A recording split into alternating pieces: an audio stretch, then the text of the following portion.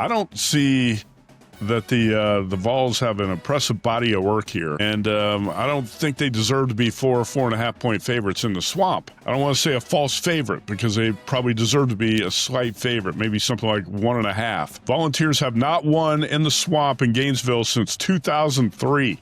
Think about that. This is VSiN's College Football Betting Podcast.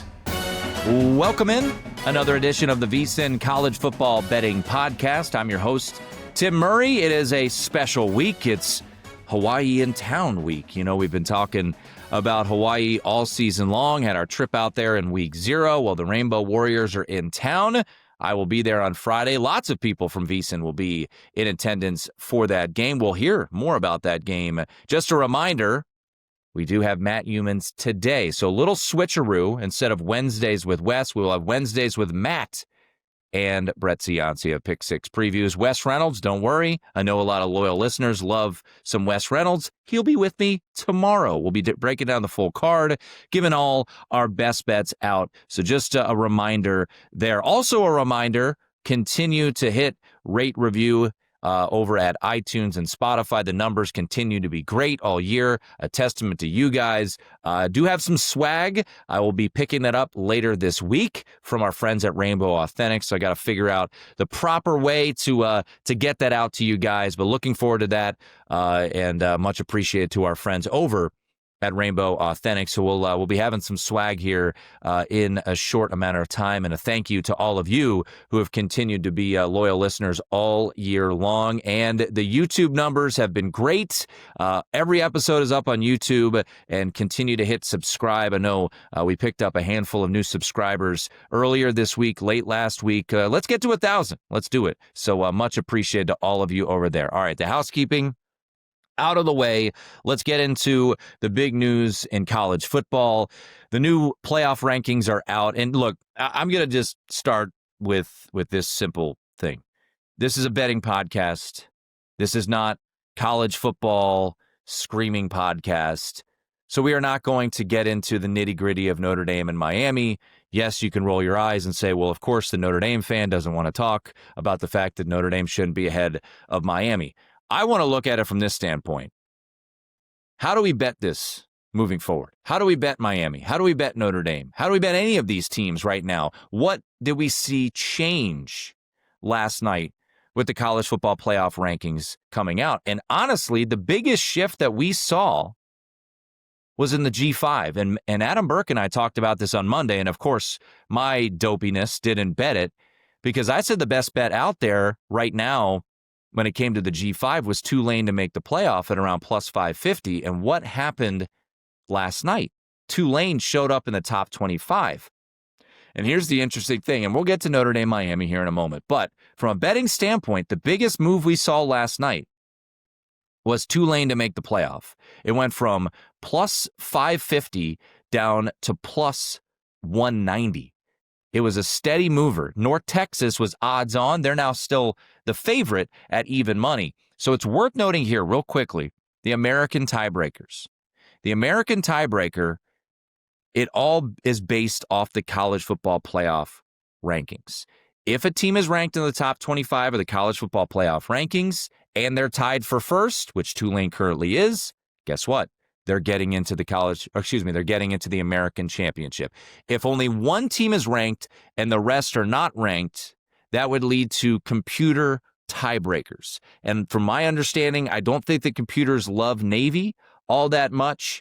So that's certainly something to keep an eye on when it comes to the betting board. But North Texas and Tulane seem to be the most likely matchup. Now they have to take care of business. I personally think East Carolina is going to lose on Saturday to UTSA. So I think East Carolina is going to be out of the equation. Navy doesn't play this week. They play on Thanksgiving against Memphis. I believe they'll be an underdog at Memphis just based off of power ratings that are out there. But they certainly could win the game. They won the game this past weekend as a double-digit underdog against South Florida. The most likely matchup is North Texas and Tulane.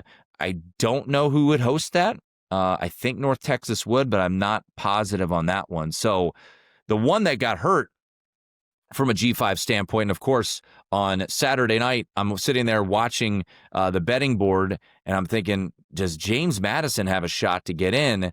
They got hurt significantly yesterday, I thought. I thought the committee showed their hand a little bit with the American, and it really feels like if Tulane and North Texas and probably Navy win out, that's going to be your representative for the group of five. So from a betting standpoint, I still think the best bet is probably Tulane at plus 190 at DraftKings. Obviously, you're not getting the best of the number. It was much better earlier this week. All right, as for the situation that we saw unfold last night with the rankings, what surprised me was that Alabama dropped behind Notre Dame.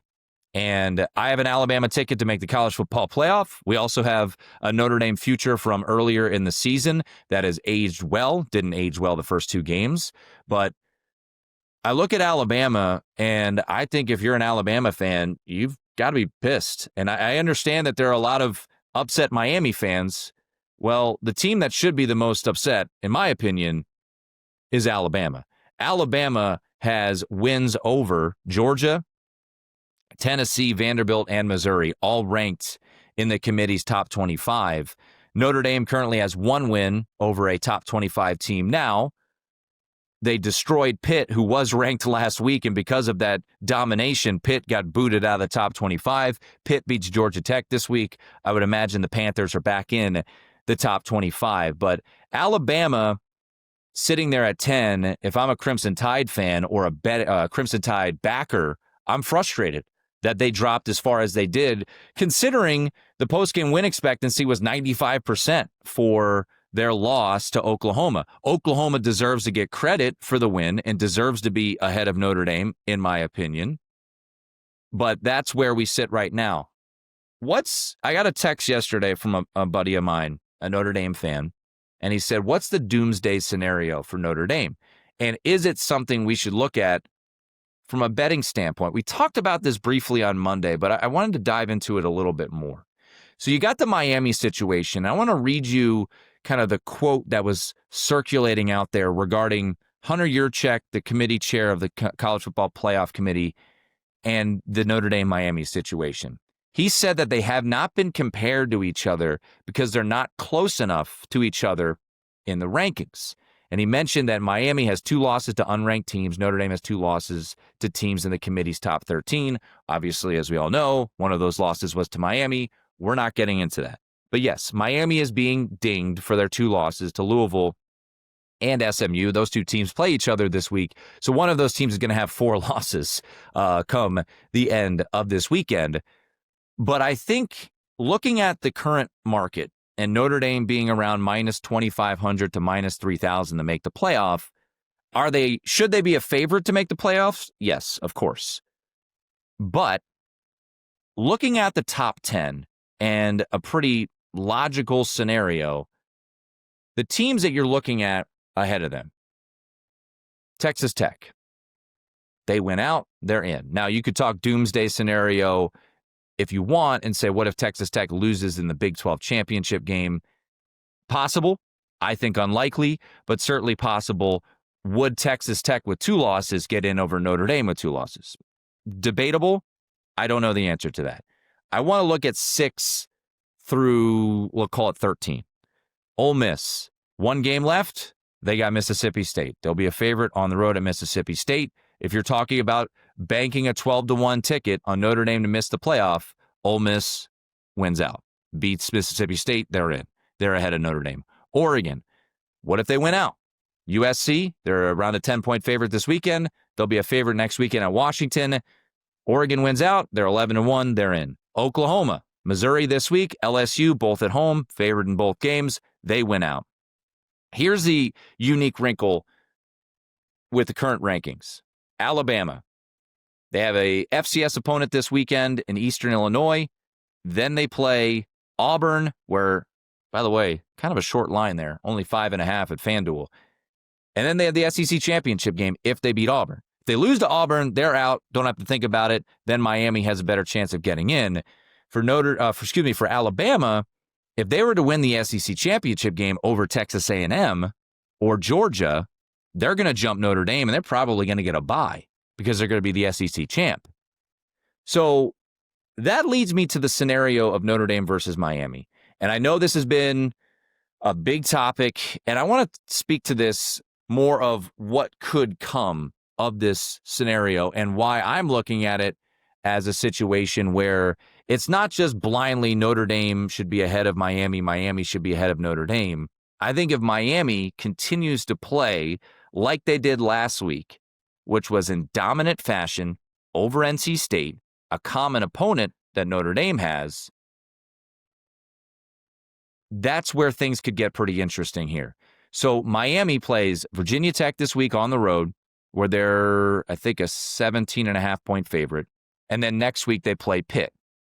If Miami goes to Pitt and wins in the fashion Notre Dame won, then I think the discussion becomes really heated between these two programs, because what has knocked Miami so much is the fact that they had not looked good since September, right? They had the loss to Louisville as a double-digit favorite. They had the loss at SMU as an 8.5-point favorite.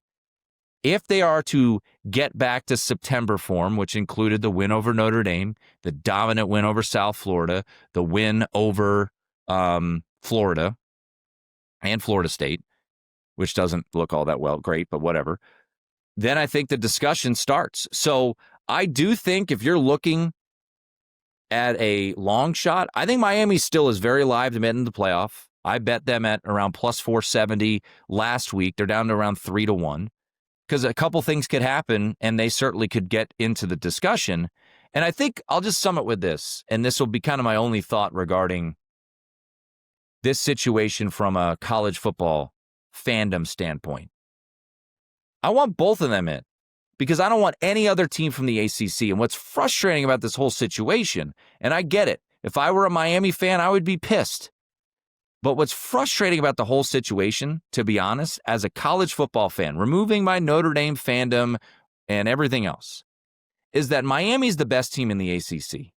And it's frustrating to me that Cristobal and Miami did what they always do, which is they screwed up. Last year, all they had to do was beat Syracuse, and we get to see Cam Ward in the college football playoff. They lost to Syracuse. You could lose to Louisville, just beat SMU. You could lose to SMU, just beat Louisville. The ACC does not deserve an auto bid this year. Look at Georgia Tech. They should have lost to Boston College last week. But because of the tiebreak scenario and who Miami has lost to this year, the math is really challenging. Not impossible, but really challenging. I personally would love to see Miami in the playoff.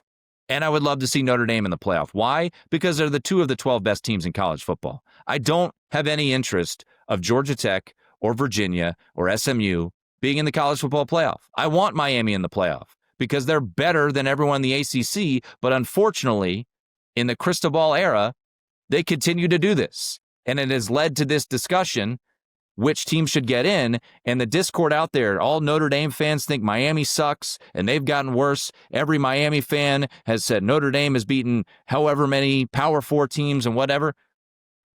If you take a step back, they're two of the best 12 teams in college football, and I would love for both of them to be in the playoff. The world ain't like that. We'll see how this thing plays out.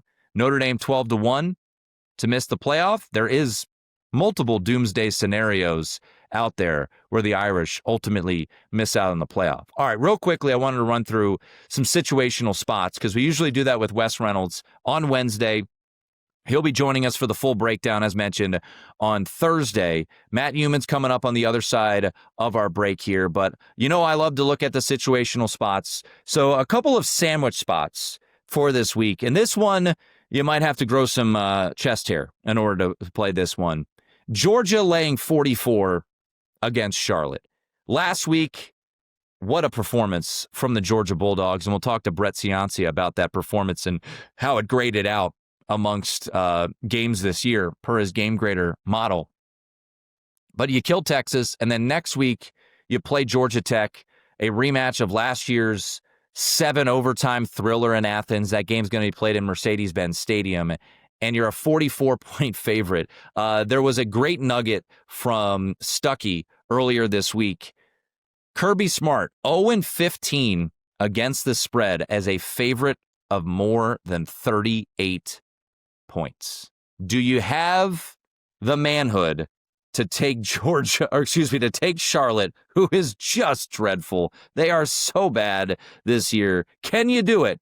Can you take Charlotte plus the 44? I don't know if I can. Maybe I will. I don't know if it'll ever be an official bet.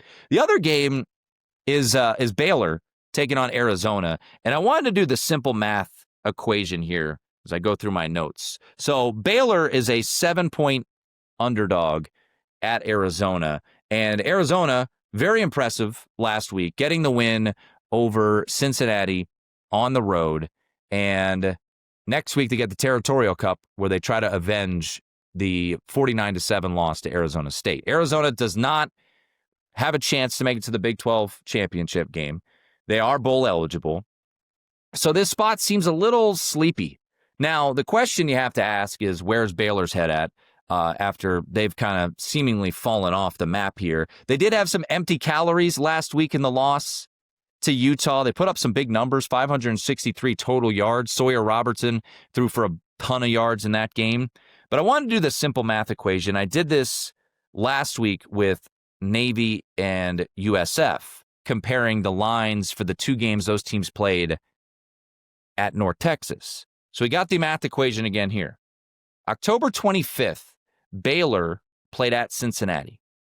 Cincinnati was a 3.5-point favorite. Last week, Arizona was at Cincinnati, and that line closed 5. Now, the difference, of course, is that Arizona won that game and Baylor lost that game by multiple scores. But the market said within a span of 3 weeks that Baylor on a neutral is 1.5 points better than Arizona. Now you're going to upgrade Arizona, downgrade Baylor. But the number 7, that is a big difference from what the market told us those two teams were at Cincinnati and now what Arizona is at home.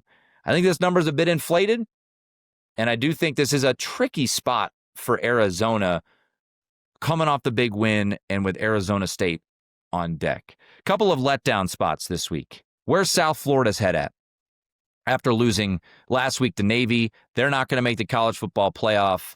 They're 21.5-point favorites at UAB. Speaking of having some chest hair and having to play that one, not saying it's an auto play, but just keep in mind, Texas, similar question. Where's their head at? They lose to Georgia. They're 17th in the rankings. They've got Texas A&M on deck. They could not ruin, but they could disrupt Texas A&M season next week.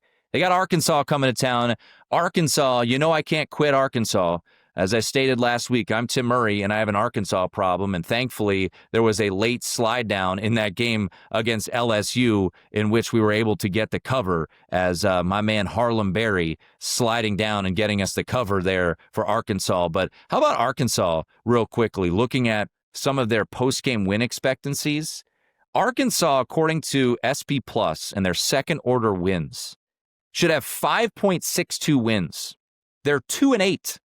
They have 4 losses this year with a 60+% post-game win expectancy. They had an 81% post-game win expectancy against Memphis, lost that game 32-31. They had a 61.7% post-game win expectancy against Auburn, lost that game 33-24.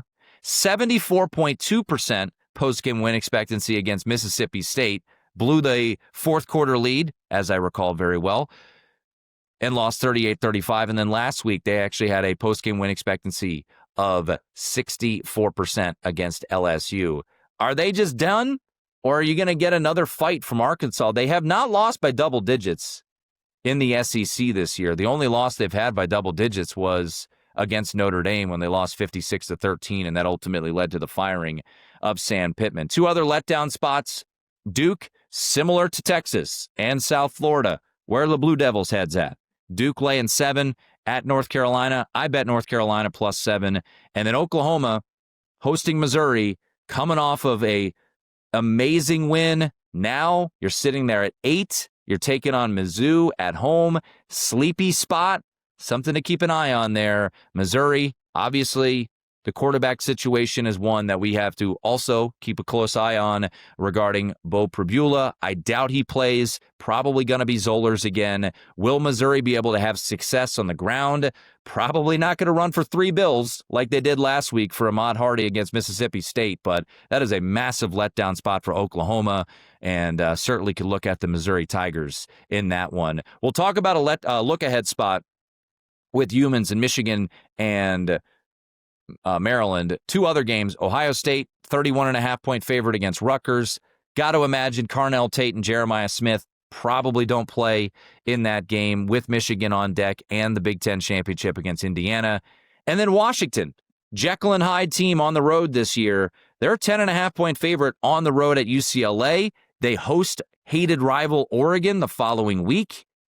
Lay in double digits at the Rose Bowl, final home game for UCLA. Obviously, it's been a tenuous season there for the Bruins.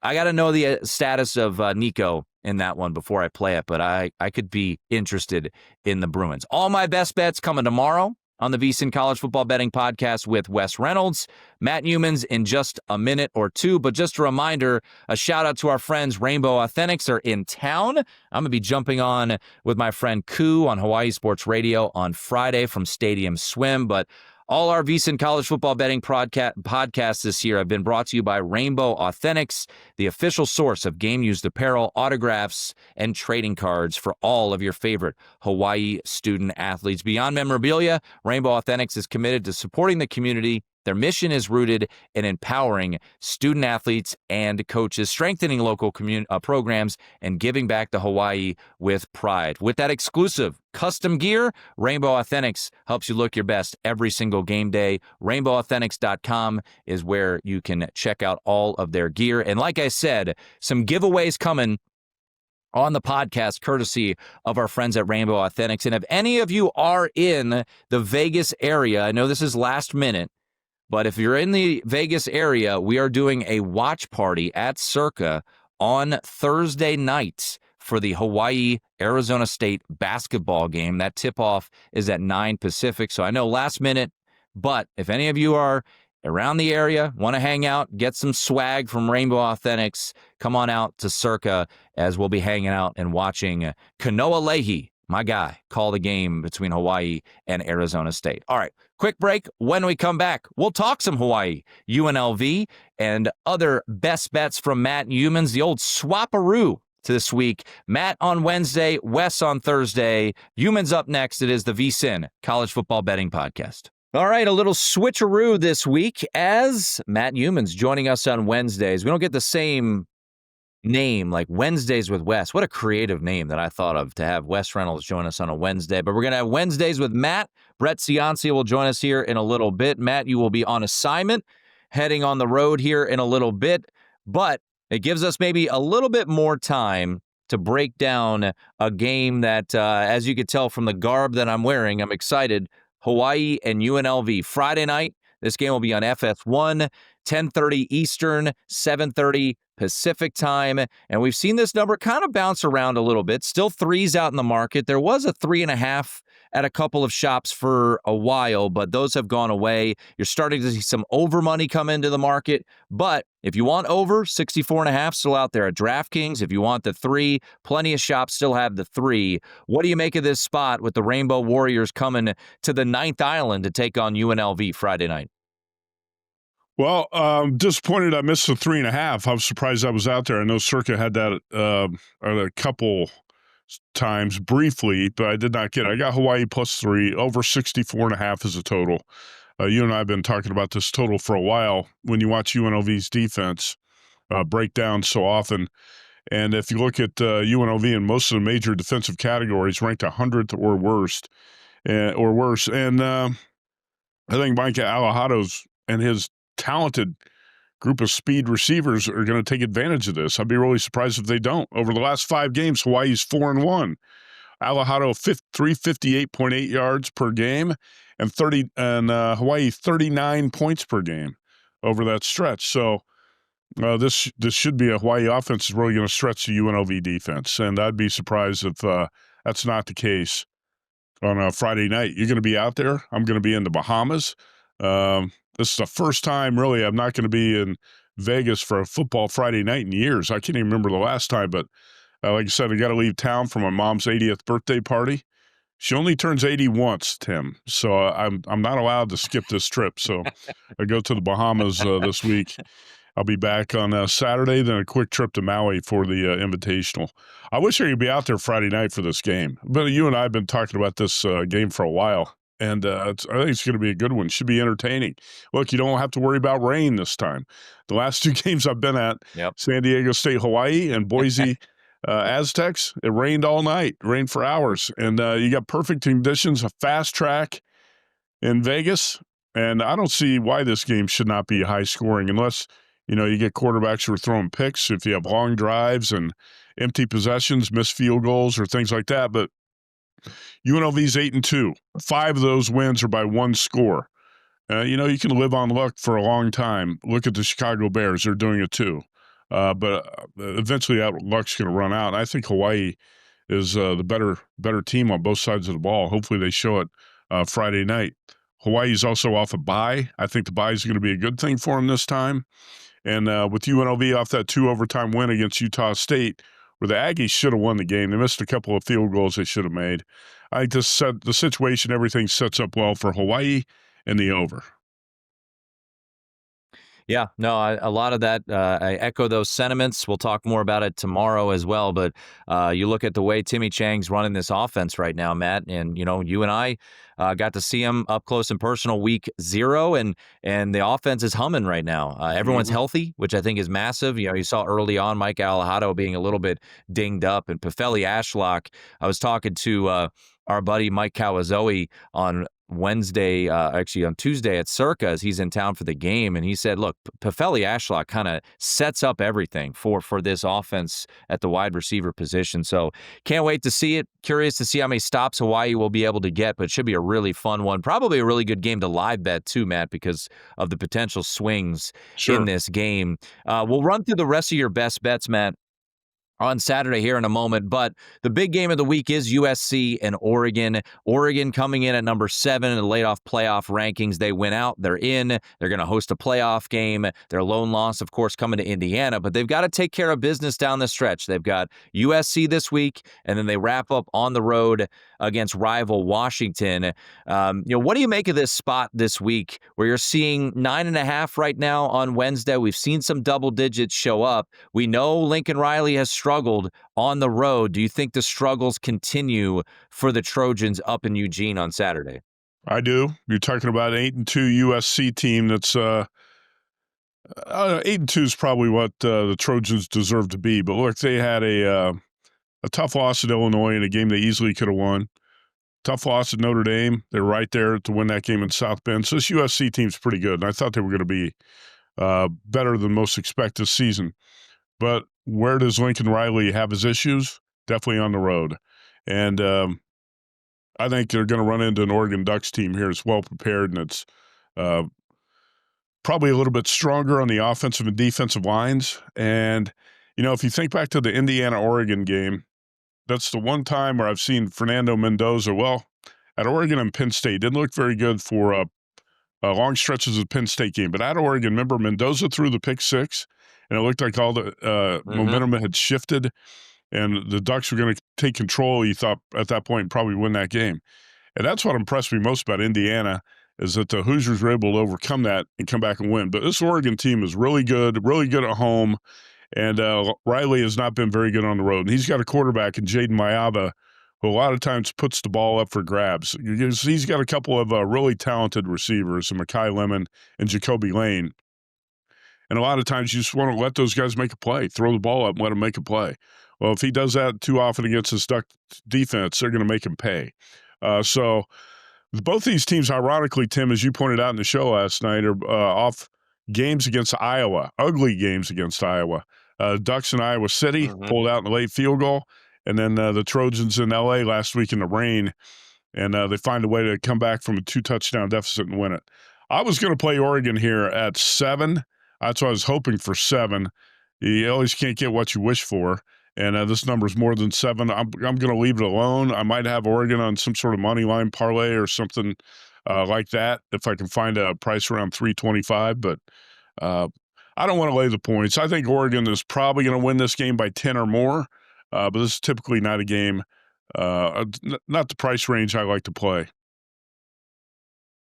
Yeah, you look at the look-ahead line was 7.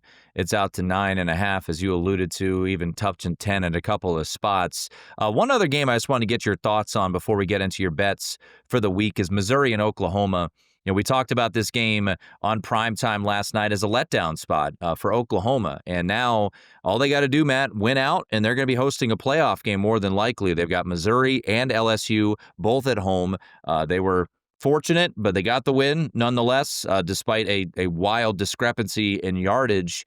Missouri's a team that you've talked about a lot this year. You wrote them up in the VSiN College Football Betting Guide. You've got a big position on their win total over. At worst, you're going to get a push there with the Tigers. I know the quarterback situation's murky. Bo Pribula, I believe, is participating, but more than likely it will be Zollers again for Missouri.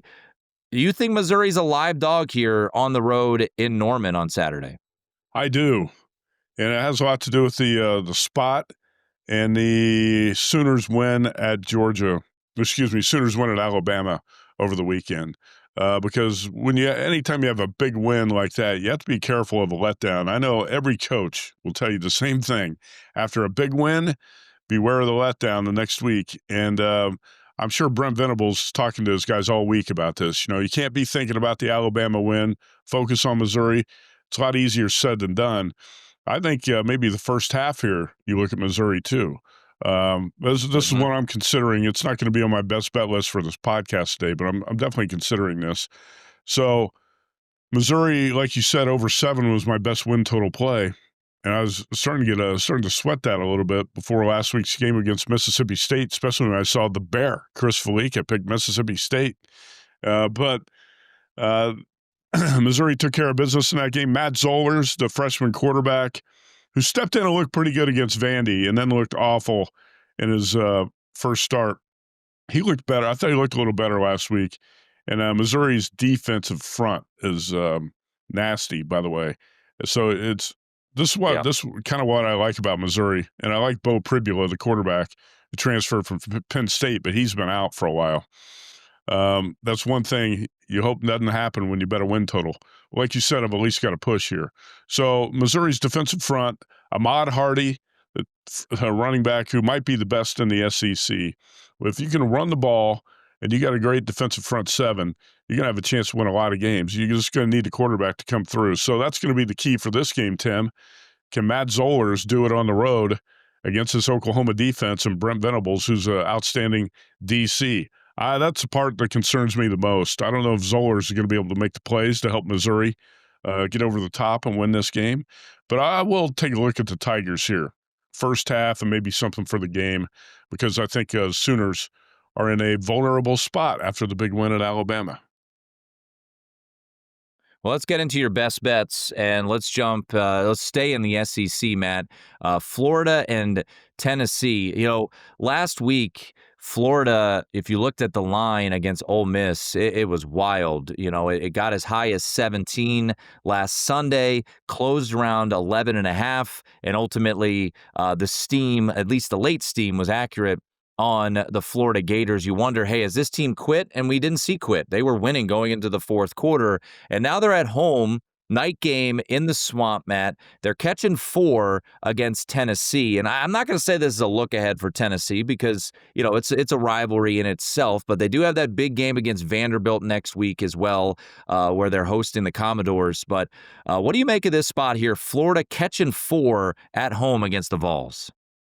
Yeah, I didn't even really consider the look ahead because when you have a rivalry like, Florida, Tennessee, I don't think any players are looking past that at all. It's 7-3 versus 3-7. I know Florida is not, by definition, a really good team at 3-7. But Tim, look at Tennessee's resume, and you know it probably off the top of your head. Tell me how many really big wins, quality wins, the Vols have on that resume this season.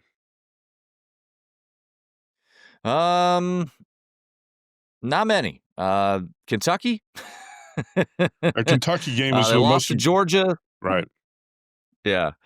Yeah, lost to Georgia, lost to Bama, lost to Oklahoma. Yeah, their best win would be the dominant win on the road at Kentucky. I believe that was the week after Kentucky beat Florida, if I remember. Or no, the week after Kentucky lost Texas. to Texas, I think it was.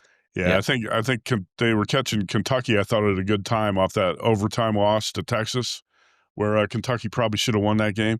Now that was an impressive performance on the road against Mark Stoops' defense to put up that kind of number, to drop 50 on the Kentucky defense. But I don't see that the Vols have an impressive body of work here, and I don't think they deserve to be 4.5 point favorites in the swamp.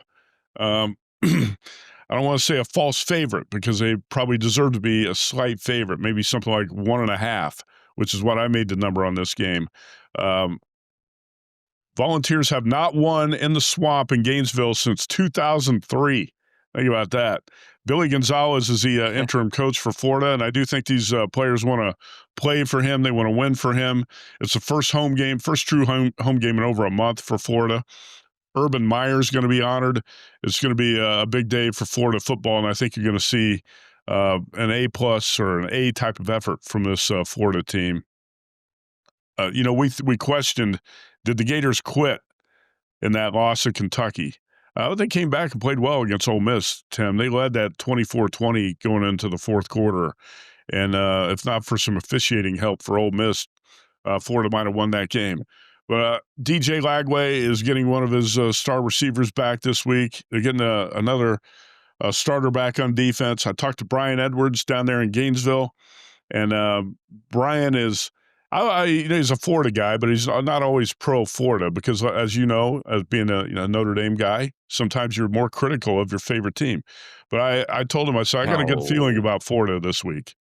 And he said he does too. He's got a good feeling about Florida. So I'm rolling with the Gators here. I bet this is a +4.5. I think there might be a 4.5 at BetMGM, but we'll call it Florida +4 for now. All right, let's get to a game where, situational spots are so important and we talk about them all the time. You've got your letdowns, you've got your sandwich spots, and you've also got your look-ahead spots. And, next week is the rivalry weekend, right? And you look at Michigan, and they've got Ohio State, and they're going to be licking their chops trying to get their 5th straight win over the Buckeyes. And now you got to go on the road to Maryland. And Maryland, I was curious to see where their head was at. And then we get news this week that they're sticking with Mike Locksley. They're standing with him, and he's going to roll back. And sometimes that's a positive thing. I think Mike Locksley is well liked in that locker room. Obviously, they've dropped 6 in a row, but they're a 14-point home dog number at DraftKings and Circa. And I think you and I are thinking of the same thing here, that the Terps could be, I don't want to say live, but this could be kind of a sluggish performance from Michigan in this spot. Yeah, no question. Every year, I like to at least look at it, and most times play against Michigan and Ohio State the week before that rivalry game, because there's no doubt that's a look-ahead spot for those two teams. And you notice, Tim, the Big Ten does not set up really tough opponents for Michigan and Ohio State the week before they play each other. You're not getting Penn State or Wisconsin or something like that the week before traditionally on the schedule. So the Big Ten is aware of this. They don't want to set up Michigan State and Wisconsin, or Michigan State and Ohio State with tough games the week before.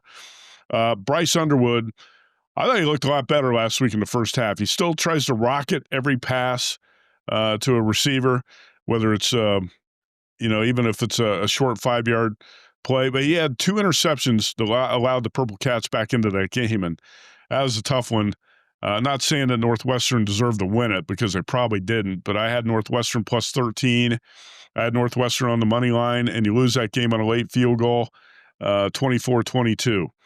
The way that the result did not surprise me at all. I thought Northwestern was going to be in the hunt to win that game. Underwood, 280 passing yards, no touchdowns, 2 picks. Again, Tim, we're talking about a team that's played 10 games. Michigan's 8-2. Bryce Underwood has 7 touchdown passes on the season.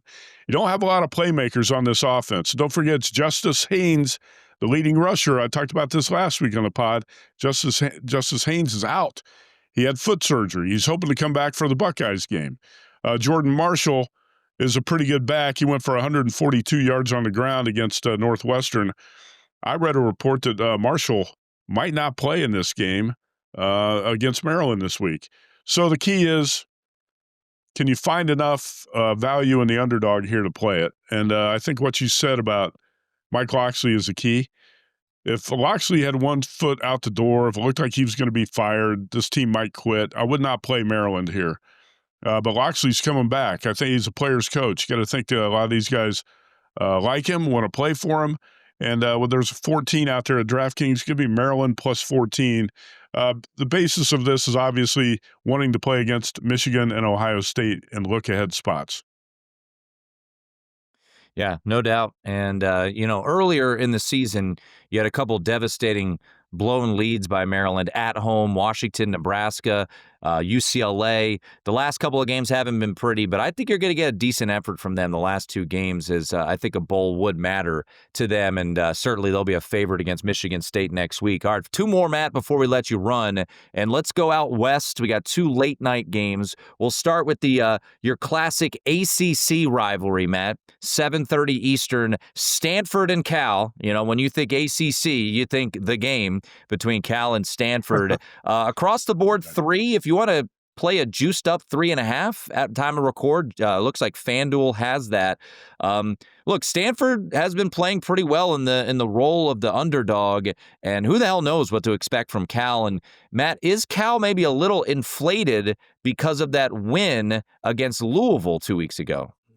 Yeah, Tim, we've talked about that on the show, too. How in the hell did Jeff Brom lose as basically a 20-point home favorite to this Cal team? Seriously. I mean, that's inexcusable.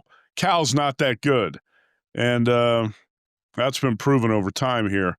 I think Cal getting a little respect here as a 3-point favorite at Stanford. Look, Stanford's close to full strength right now, pretty good health at this point in the season.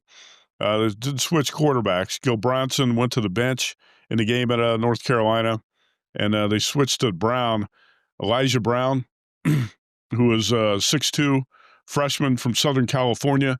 He stepped in against North Carolina. I thought really played well considering the offensive line broke down. He was under pressure against Bill Belichick's defense for a lot of that game. Brown went 27 for 39 against Carolina, 284 yards with a TD and a pick. He was sacked, I think 8 or 9 times. I believe 9 times in that game, the 20-15 loss. So I think that's something he's obviously got to be better at. It's getting the ball out a little bit quicker because he took way too many sacks. But yeah, his first start, and I thought he showed his talent. Maybe that's a positive. But at the same time, what Stanford really wants to do here is establish the run. And we saw that in Hawaii when Stanford started to control that game on the ground. Micah Ford seemed unstoppable. And then they made the mistake of letting Gil Branson throw it. He threw the pick, and the whole thing turned around in Hawaii's favor.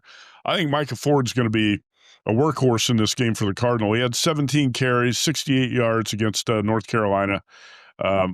Cole Tabb, another running back, is Cole Tabb and Cedric Irvin are getting carries too. I think Frank Reich is just going to try to pound this ball at the Golden Bears defense and then let Elijah Brown make some more plays. You can't put him in a situation like he was in at North Carolina where they knew he was going to pass. He was under pressure, and he took a bunch of sacks. Look, I backed Stanford under its win total of 3.5 for the season. Tim, that play is obviously in jeopardy. So I'm going to have to, hope that Stanford does not win this game outright. But I do like Stanford here. I actually played a little bit on North Carolina last week to get some of that back.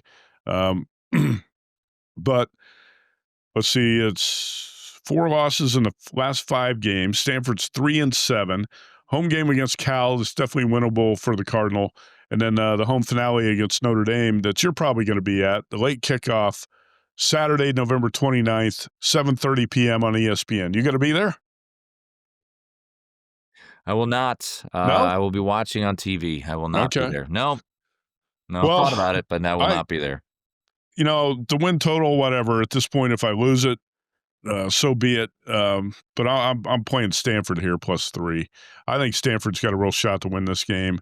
And this probably should be, I think this should be a pick'em game, not a situation where Cal's a 3-point favorite. Like you said, I think Cal's getting a little bit more respect because of the upset win at Louisville. All right. We got to get a late night game from you. So let's get 10:30 Eastern time. I gave this out on prime time on Tuesday.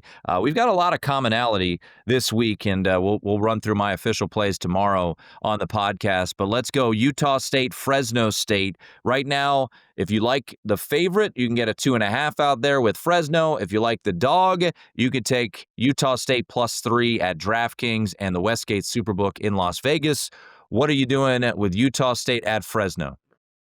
Gut-wrenching loss for Utah State a week ago. That team's 5-5 after that double overtime loss at UNLV. And Tim, when you look at the numbers from that game, Utah State had 434 total yards and didn't do much wrong except for special teams blunders, right? Missed field goals, had no turnovers in the game. A really clean offensive game for the Aggies. And Bryson Barnes was threw 256 yards, ran for 124. You can't ask for much more than what he did, but you miss a couple of field goals you should have made, and you let the Rebels off the hook and lose that. I think the Aggies bounce back here. They're fighting for 6 wins for Bronco Mendenhall, and they're facing a Fresno offense that's really fading fast. And there was a point this season where I thought Fresno might be a team on the rise in the Mountain West, but the quarterback play is not there. It is there for the Aggies. I think you're going to get a motivated team off the loss. There's a couple threes out there, and I think another game, Tim. I think the home favorite should not be laying a full 3. It should be something like 1.5, or this could even be a pick 'em type of game.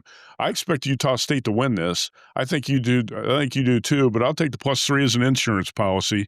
Utah State +3 at Fresno. Carson Conklin, 12 of 27 last week for 95 yards and a touchdown for Fresno State in their win. Fresno State's still alive for the Mountain West Championship, but I agree. I think this is a Utah State spot where Bronco Mendenhall gets the outright win, and the wackiness in that conference continues. Matt, before we let you run, we always like to sum things up. Nice. I was just going to mention, don't you think there's a lot of urgency here for Bronco Mendenhall and Utah State? They want to get to 6 wins in a bowl, and their final game is against Boise State. So it's going to be a tougher game. I'm sure they'd love to take care of business on the road to Fresno this week. All right, that's it. Go ahead. No doubt. I think the bowl eligibility is something always to keep an eye on. Don't want to auto bet it, but I think Bronco Mendenhall year 1 definitely is motivation there. It is worth noting, New Mexico last year with 5 wins got bet up to like a 6.5-point favorite at Hawaii because everyone thought they were just going to roll Hawaii in a spot there, and they lost that game. But we didn't know about Mike Alejado, and he showed out in that game. Matt, let's wrap it up as we like to do with you. Let's do a little best bet recap, run through your plays and where you sit on the year. All right, Tim, off of a couple of strong winning weeks here, 5-1 last week, 39, 27, and 3, and hopefully got another winning week here.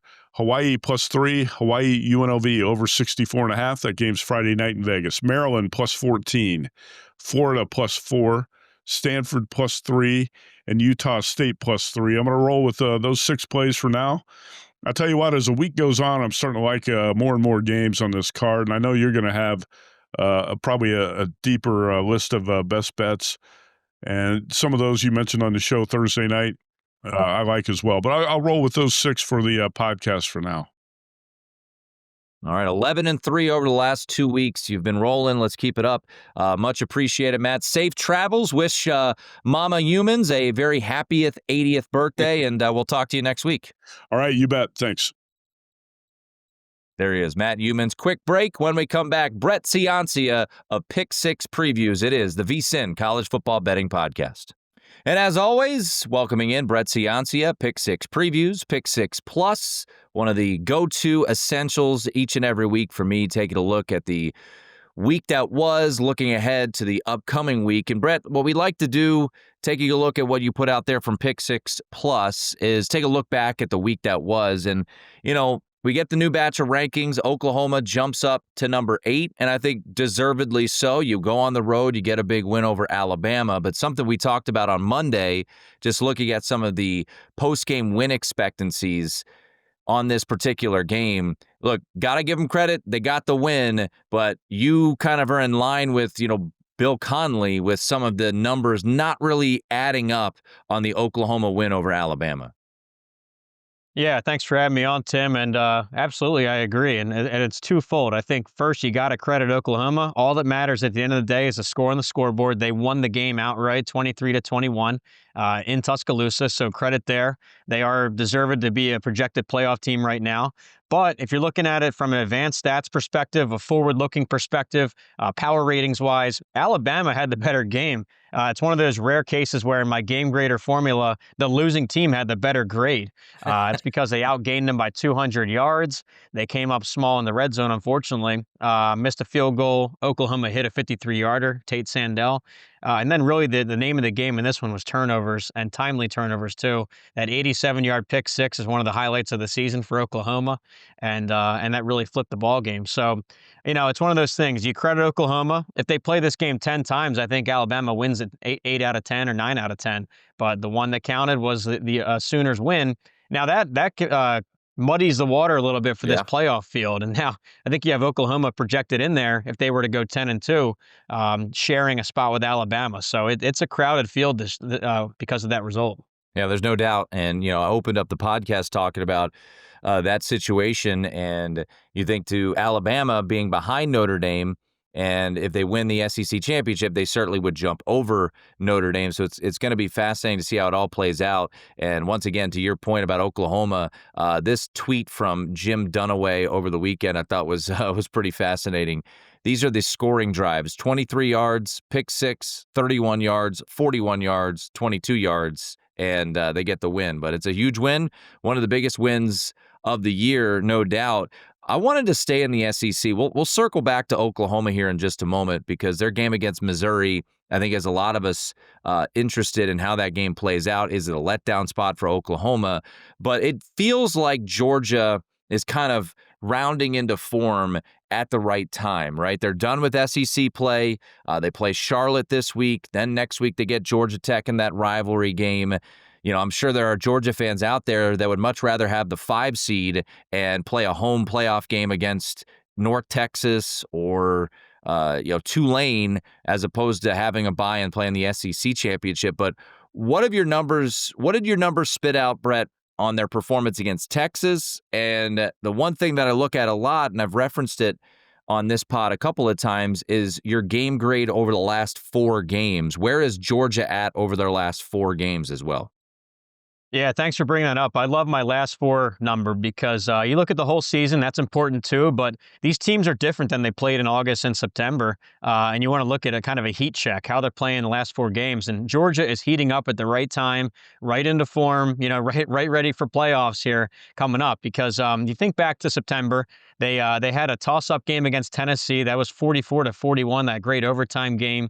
Lost to Alabama, so you're sitting there 3-1 with 2 close games, and they've really been a fourth quarter team the whole year, and it's been Gunnar Stockton, very resilient in the fourth quarter. They had that goal line stand against Auburn, controversial as it was, but they handled them in the second half in the fourth quarter. Florida was a tight one, but finally these last 2 weeks we've seen some margin here. Mississippi State, they blew them out 41-21, but this fourth quarter against Texas, really they opened it up. It was 14-10 heading into the final frame. They cashed in a touchdown. The surprise onside kick by Kirby Smart. How about that call? And then just opened up the floodgates. 21-0 in the fourth quarter alone. Stockton 5 touchdowns, 4 through the air, 1 running it. He looks he's rounding into Heisman caliber almost late in the season, a late push for him. So, Georgia, the right time of year, they're clicking. They've always had the defense, but now it looks like this offense, too, is keeping pace. So they're going to take care of Charlotte this week. I have them projected by 2 touchdowns to beat Georgia Tech in the finale. So you're looking at an 11-1 team poised for a home game in Athens for the playoff. Yeah, you look at your season-long game graders, and you have Georgia's performance over Texas at number 6. So pretty darn impressive what we saw from Georgia this weekend. And always love looking at, what were the best performances based off your game grader for the entire season. Another game that was impressive over the weekend, you had Miami and NC State. You had graded that 107. That dominant performance by the Canes certainly feels like they're kind of getting back to maybe their September form, which leads into the discussion of, are they in, are they out situation there. But, another team that you saw in person 2 weeks ago, you've got them number 2 in your last 4 games. You've got them number 3 for the full season. You are very high on Texas Tech, and it feels like the committee's kind of coming around to your side right now. Committee has Texas Tech now at number 5, as this has just been kind of sheer dominance every single week outside of that blip when they didn't have their starting quarterback against Arizona State. Yeah, and if you've been following along the podcast and following along Pick 6 Plus, you've seen Texas Tech in my top 5 pretty much since like week 3. It's been absolute blowouts every week, every win by more than 20 points, plus 200 yardage in almost every game. They did have the loss to Arizona State with the backup, like you said, with Will Hammond in there. But at full strength, this is a national title contender. I believe that, at least defensively. This defense could be the best in the country. You have a Heisman candidate, Jacob Rodriguez, there at linebacker. It's rare to win no one's ever won the Heisman as a linebacker. It's rare to even be a finalist. You look at Monte Teo finishing second in 2012. Bosworth back in the 70s and 80s for Oklahoma was, I think, 4th. So it's really rare. This guy does it all. He's got a stat line to match Monte Teo. And then it's not just Rodriguez. In this front 7, this front 4, you have David Bailey off the edge. He's the nation's sack leader. Lee Hunter, this nose guard, his nose tackle is unbelievable. Disruptor there in the middle. So this defense is for real. They have athletes on the outsides on offense. Cameron Dickey at running back, so a workhorse. So yeah, they're blowing everybody out. This week, another one, 48-9 over UCF. They even put Rodriguez in at quarterback to get a little Heisman moment there at Wildcat quarterback for a rushing touchdown. So keep an eye on Texas Tech. I think this is the strongest Big 12 team we've seen in a long time, and could really make some noise in the playoff bracket. The tweet you put out earlier this week, I knew it. I knew he had caused a lot of turnovers. I didn't realize it was this insane. You tweeted it out. Most forced fumbles or most forced turnovers from the AP top 10. Texas Tech 25, Indiana 22, Notre Dame 19, Alabama 16, Jacob Rodriguez 13. I mean, yeah. Unreal. Yeah, he himself would rank 50th in the country amongst all teams. So almost a top 25 team himself. And watching them in person too, they fly to the ball. They're very physical. They're disruptive. They create all these turnovers, like you said, number 1 in the country, I think, tied with SMU in takeaways. So just a really, really strong defense. And keep an eye on them. I mean, I think they're 9-1. 10-1 against the spread. Again, that only loss was with the backup quarterback. So they're an absolute machine. I keep riding it. I mean, the numbers are loving them, and they're making us look smart.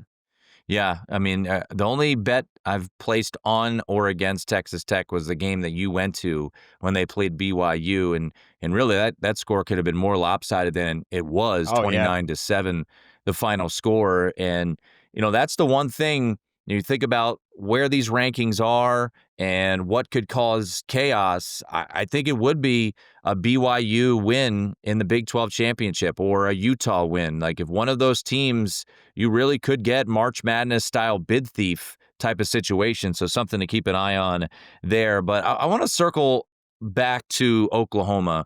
And, it's college football. And if you followed this sport, weird stuff tends to happen.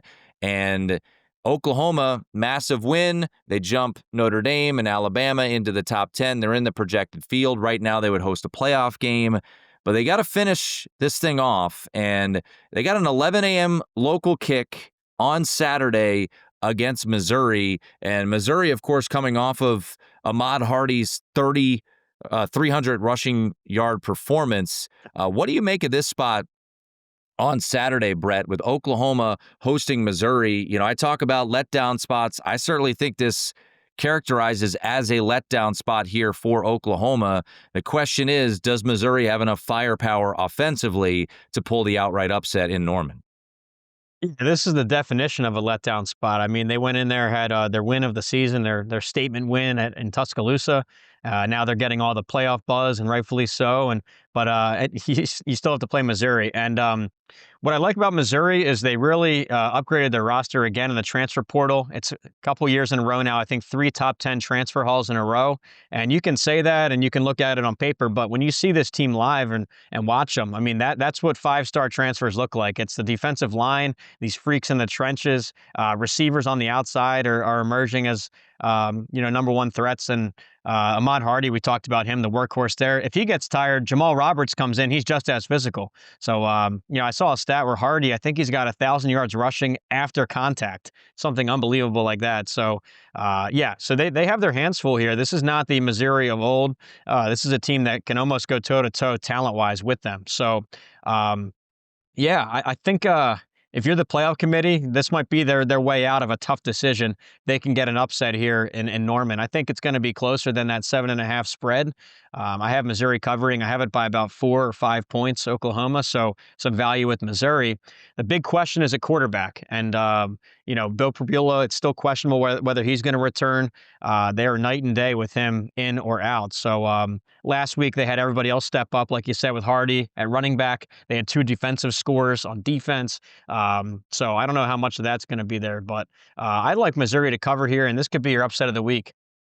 Yeah, it's definitely on my list. We'll get the official plays from me and Wes tomorrow. We obviously heard from Matt already on his plays for this upcoming week. And the game of the week is going to be Oregon and USC. And it's kind of been funny, Brett, because the last 3 weeks we've had games where you look at the point spread and you say, that's interesting. That number seems a little bit high.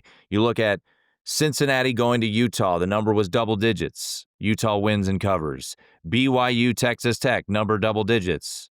Texas Tech wins and covers. Last week, Notre Dame, Pitt, double digits. Notre Dame wins and covers. Maybe this is that spot here this weekend. Oregon has been bet up to, around a 10-point favorite right now, 9.5 at most spots. What do your numbers spit out for USC and Oregon, and what is the pathway for USC to go to Eugene and get the upset? Yeah, well, I think with USC, they showed a lot to me last week when they were down 21-7 against Iowa. And usually anyone that falls behind 2 touchdowns against Iowa, they're stuck. I think it was PJ Fleck, Minnesota's head coach, called Iowa a boa constrictor, the way they can just suffocate a team when they have a lead like that. And for USC to then lead 5 straight scoring drives, phenomenal job. Got out of there with a W. So a similar performance, just like Oregon's survival against Iowa. So those look the same to me. I think 10 points is too high, or it's even more than that now. I think that's too high. I have it by about a touchdown for Oregon.